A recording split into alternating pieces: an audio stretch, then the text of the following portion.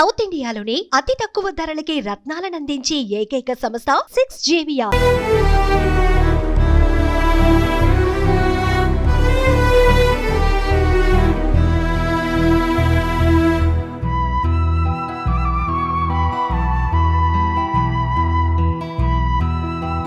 అసలు సమాజంలో ఏం జరుగుతుంది? ఈ మధ్యకాలంలో భర్తలను చంపేస్తున్న భార్యలనేటువంటి వార్తలు తరచు మనం వింటున్నాం. ఇంత దారుణమైనటువంటి పరిస్థితులు రోజు రోజుకు పెరగడానికి గల కారణాలేంటి? మీకు షాకింగ్ విషయం తెలుసా? గత 6 నెలల్లో 2026 సంవత్సరంలో సుమారు 554 మంది భర్తలు హత్యకు గురయ్యారు భార్య చేతుల్లో. కొన్ని అలా బలవన్మరణానికి పాల్పడ్డటువంటి ఘటనలు కూడా ఉన్నాయి.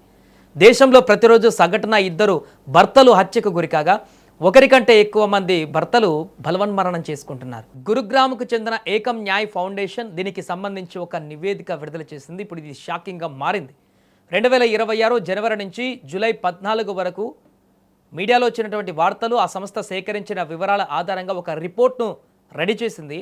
ఈ ఏడాది మొదటి 6 నెలల్లోనే దేశవ్యాప్తంగా భర్తలను హత్యలు, ఆత్మహత్యలకు గావించబడ్డటువంటి 554 సంఘటనలను తాము నమోదు చేసినట్టుగా సంస్థ పేర్కొంది. వివాహేతర సంబంధాలు, వైవాహిక వివాదాలు ప్రధాన కారణమంటూ కూడా పేర్కొంది.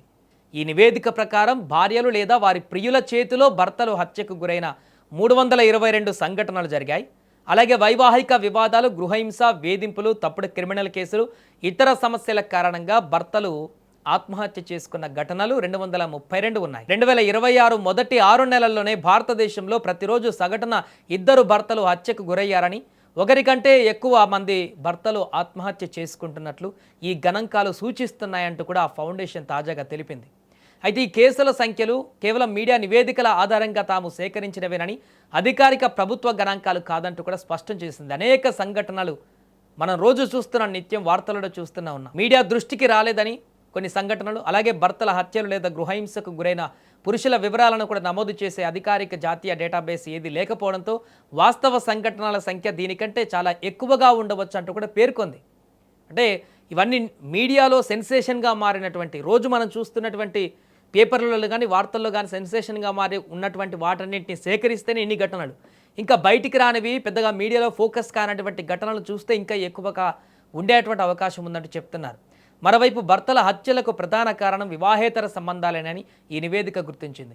నమోదు చేసిన 322 హత్య కేసులో 194 ఘటనలు, అంటే 60కి పైగా శాతం ఈ యొక్క అక్రమ సంబంధాల కారణంగానే హత్యలు జరిగాయి.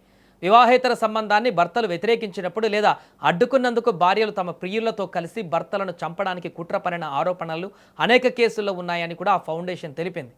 కాగా భర్తలు చేసుకున్న 232 ఆత్మహత్యలను కూడా ఈ నివేదిక ప్రస్తావించింది. వీటిలో 104 కేసులు దీర్ఘకాలిక గృహ వివాదాలే ప్రధాన కారణం అంటూ కూడా గుర్తించింది. మరో 57 కేసులు భార్యలు లేదా అత్తమామల వేధింపుల ఆరోపణల కారణమని ఆరోపించింది. 29 కేసులు వివాహేతర సంబంధాలతో ముడిపడి ఉన్నట్లు పేర్కొంది. తప్పుడు క్రిమినల్ ఆరోపణలు, ప్రియురాళ్ళు లేదా వారి కుటుంబాల వేధింపులు, ఇతర అంశాలు వంటివి కూడా మిగిలిన కేసులని వివరించాయి. అయితే ఈ నివేదిక ప్రకారం గత 6 నెలల్లోనే ఉత్తరప్రదేశ్లో అత్యధికంగా 93 మంది భర్తలు హత్యలు, 103 మంది భర్తల ఆత్మహత్యలు నమోదయ్యాయి. అక్కడే మధ్యప్రదేశ్, రాజస్థాన్, తెలంగాణ, మహారాష్ట్ర, హర్యానా, బీహార్, కర్ణాటక, గుజరాత్ రాష్ట్రాల్లో కూడా అధిక సంఖ్యలో నమోదైనటువంటి కేసుల జాబితాలో ఉన్నాయి.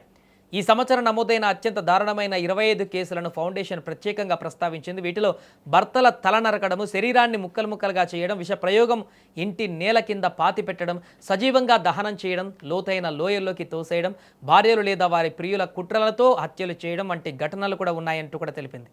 ఇక భర్తల ఆత్మహత్య కేసులలో అనేక మంది బాధితులు వివరణాత్మక సూసైడ్ నోట్లు లేదా వీడియోలు రికార్డ్ చేసిన ఈ నివేదికలో పేర్కొంది. వాటిని కూడా దీర్ఘకాలిక వేధింపులు, గృహహింస, తప్పుడు క్రిమినల్ కేసులు, తమ పిల్లలను కలుసుకోనివ్వకపోవడం లేదా నిరంతర మానసిక క్రూరత్వం వంటి కారణాల వల్ల కూడా భర్తలు బలవన్మరణానికి పాల్పడ్డట్టుగా ఈ సర్వే వెల్లడించింది.